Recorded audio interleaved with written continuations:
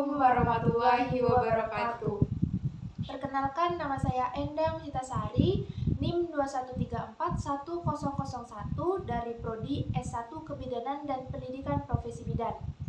Dan saya Rihul Aula Cahyaningsih, NIM 213411009 dari Prodi S1 Kebidanan dan Pendidikan Profesi Bidan. Kali ini kami berdua akan menjelaskan tentang perbedaan antara sirkulasi prenatal, yaitu sirkulasi pada janin di dalam kandungan, dengan sirkulasi postnatal atau setelah bayi lahir. Selamat menonton. Sebelumnya, kita harus tahu dulu pada sirkulasi prenatal atau pada janin intrauteri itu dia punya 3 jalan pintas. Nah, yang pertama itu adalah foramen ovale. Nah, foramen ovale ini terdapat atau menghubungkan antara atrium dextrum dengan atrium sinistrum.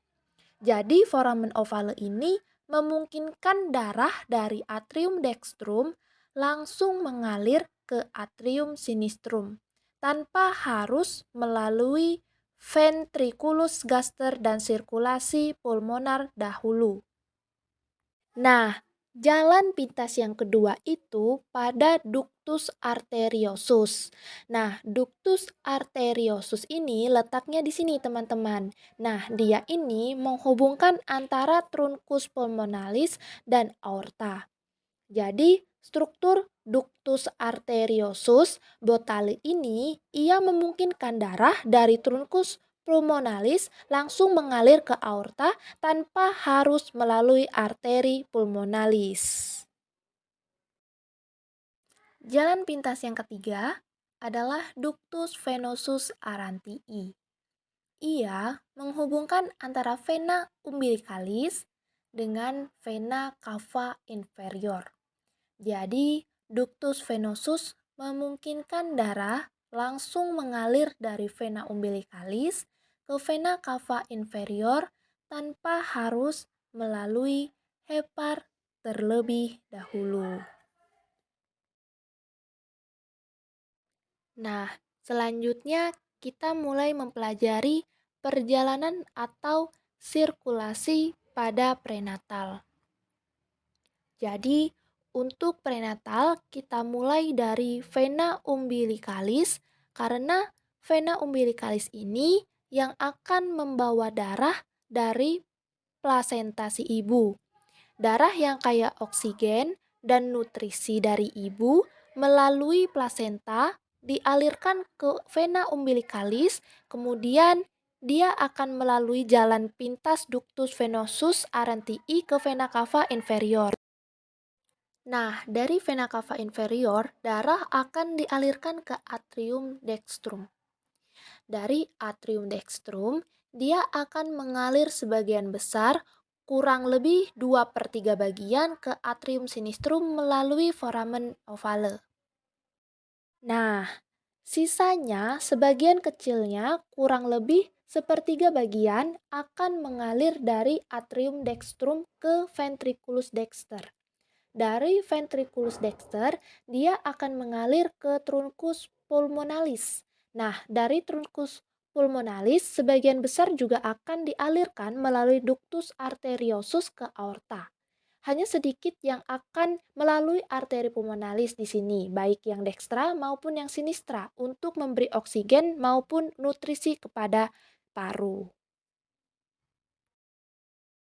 Selanjutnya, kita membicarakan mengenai 2/3 dari atrium dextrum yang mengalir ke atrium sinistrum 2/3 darahnya. Selanjutnya, dari atrium sinistrum dia akan mengalir ke ventriculus sinister. Dari ventriculus sinister dia akan masuk ke aorta dan mengalir ke seluruh tubuh, baik itu bagian kepala, leher, ekstremitas superior, trunkus sampai ke ekstremitas inferior. Nah, seperti itu. Jadi, darah-darah dari vena ini prinsipnya sama saja dengan pada postnatal. Jadi, dia akan kembali ke jantung. Kita lihat di sini, untuk vena cava superior, vena cava inferior juga akan bermuara ke atrium dextrum. Sama seperti sirkulasi postnatal. Demikian pula dengan vena cava pulmonalis dari paru akan bermuara ke atrium sinistrum. Tapi yang berbeda di sini dari vena iliaca. Nah, vena iliaca dia akan masuk ke arteri umbilikalis. Arteri umbilikalis dan dia akan dikembalikan darahnya ke plasenta si ibu. Nah, itu untuk sirkulasi prenatal. 2,000 years later.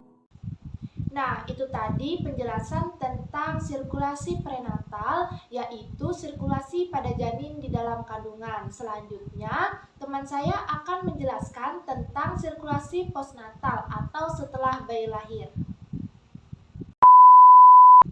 Demikian penjelasan dari kami tentang perbedaan antara sirkulasi prenatal, yaitu sirkulasi pada janin di dalam kandungan, dengan sirkulasi postnatal atau setelah bayi lahir. Sekian dan terima kasih. Wassalamualaikum warahmatullahi wabarakatuh. Bye-bye.